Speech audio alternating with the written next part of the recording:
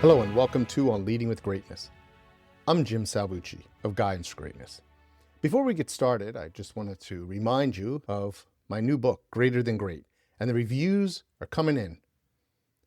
One reader says, Greater Than Great is not like all the rest. This is a quick but extraordinarily effective read, providing the tools necessary to be successful in all types of leadership situations.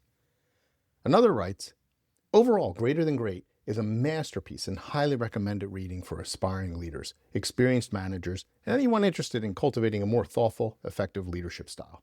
I swear I didn't write any of that. So pick up Greater Than Great at Amazon.com.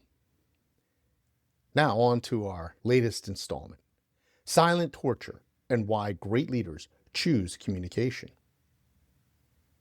People talking without speaking, people hearing without listening, people writing songs that voices never shared, and no one dared disturb the sound of silence. Paul Simon, The Sound of Silence. Have you ever been given the silent treatment? Have you ever been silenced? Humans, being social creatures, rely on communication in all its forms to make connections. We need communication to thrive. In fact, communication is the second of the 4 C's of effective leadership, along with character, compromise, and collaboration. You simply can't lead without being a good communicator.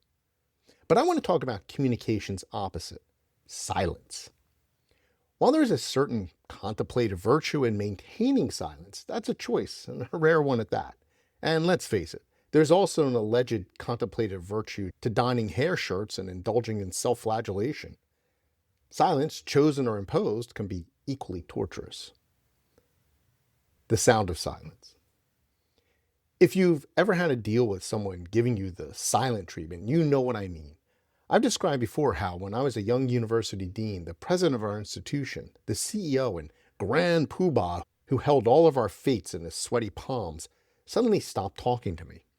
I never received a coherent explanation as to why, which is not surprising given that he refused to meet with me and wasn't saying anything anyway. Instead of telling you how profoundly unnerving this experience was, let me relate a particular incident to illustrate my mental state at the time.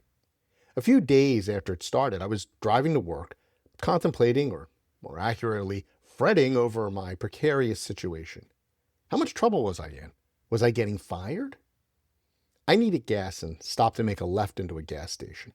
A kindly driver sitting at a light made a space in the line of traffic and waved me through to make the turn. Under normal circumstances, I would have checked every angle before proceeding, but this time, distracted as I was, I just proceeded. That's why the car that T-boned me was such a surprise. Fortunately, no one was hurt, and I don't blame the university president for my misjudgment. Nonetheless, I can't help but think that if my head were clearer, I wouldn't have had that accident. Not even close. Such is the corrosive power of silence.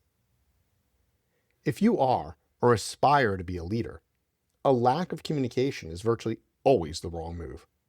I'm not saying you shouldn't keep silent when appropriate or pick your battles. I mean you must wield communication, both delivering and receiving messages, as your first and best tool to achieve just about anything as a leader. Now, perhaps you might argue that the president's silence itself communicated his displeasure with me. Well, sure, I guess, in a general sense, but after 2 years of his pettiness, and even to this day, 10 years on, I never learned precisely what displeased him. That meant I had no means to rectify it. After a few months, in fact, I realized there was nothing I could do and just continued on in my normal way. Therefore, his silence, while cruel and torturous, changed nothing but my car insurance rates. Moreover, his behavior toward me made him look foolish to others. Message delivered? Mission accomplished? I think not. The upshot? His silence did motivate me to get the hell out of that stinkhole and as far away from his carcass as possible. So my genuine gratitude to him for the push. While that's an extreme example, the whole range of the silent treatment, from unnecessarily withholding information to petulantly dummying up, can debilitate a team. An informed team is a trusting team, and a trusting team can build a healthy and effective culture. And that's what we all want, right? Right? the torture of being silenced. The flip side of the silent treatment is when someone silences another, takes away their voice. I challenge you to find any cruelty more dehumanizing. Even physical and mental torture, while horrendous, most often accompanies forced silence. Aside from the thrilling screams of their victims, torturers aren't typically big fans of freedom of expression. When this country was overrun with slavers, they kept enslaved individuals illiterate, thus eliminating a critical mode of learning and communication. And woe betide anyone who dared to speak out against their abusive overlords. Free speech and slavery don't mix well. In fact, can you imagine a scene where someone is being abused or persecuted and silence is not part of the mix? People will even commit murder primarily or solely to guarantee their victim's silence. Just as communication is the go-to tool for leaders, silence is the go-to tool for oppressors. And silencing can take many forms, from out-and-out stealing someone's voice to public shaming and aggressive shushing. No one likes to be shushed by the officious librarian for a reason. Enforced silence strips one of dignity. It can be humiliating. Of course, there will be times when dissent should be quelled, such as after a decision has been made.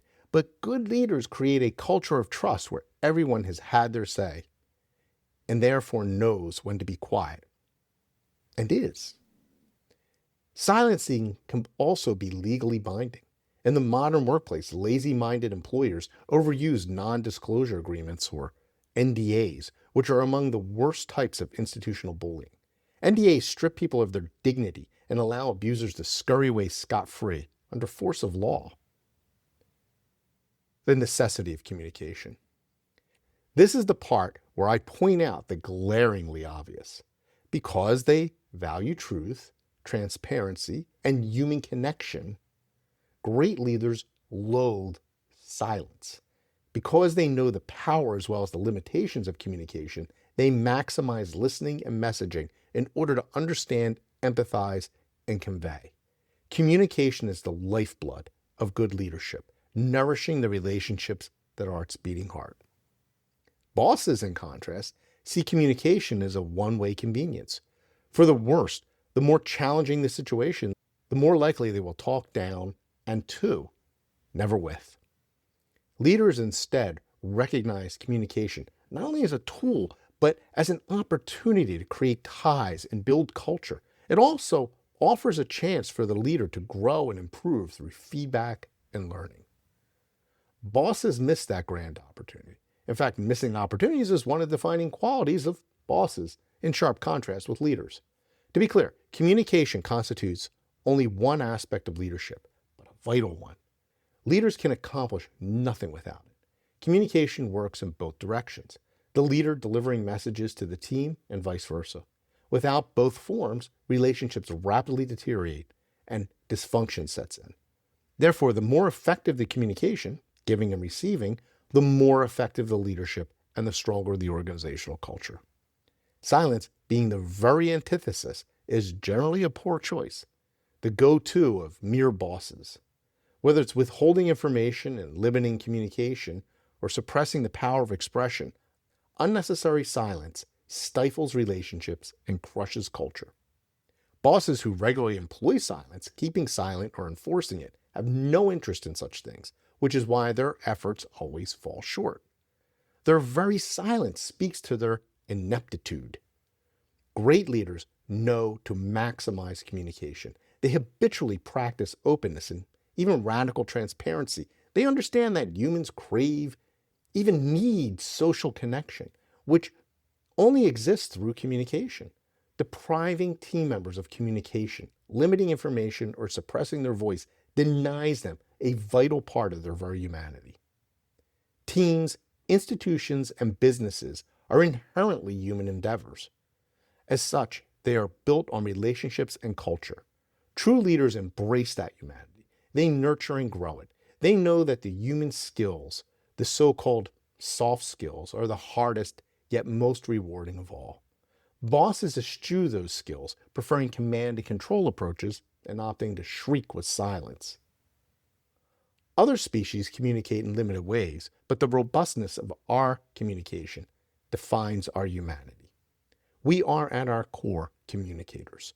That's why true leaders find the sound of silence deafening. Have you ever been silenced or received the silent treatment? Have you ever done so to others? Great leaders learn to maximize communication, and I can help. Unlock the great leader within. Download my free resource, the Transform to Greatness Toolkit, now at thegreatleadershiptoolkit.com. And also, don't forget my book, Greater Than Great, on Amazon in Kindle, paperback, and hardcover. I look forward to hearing from you.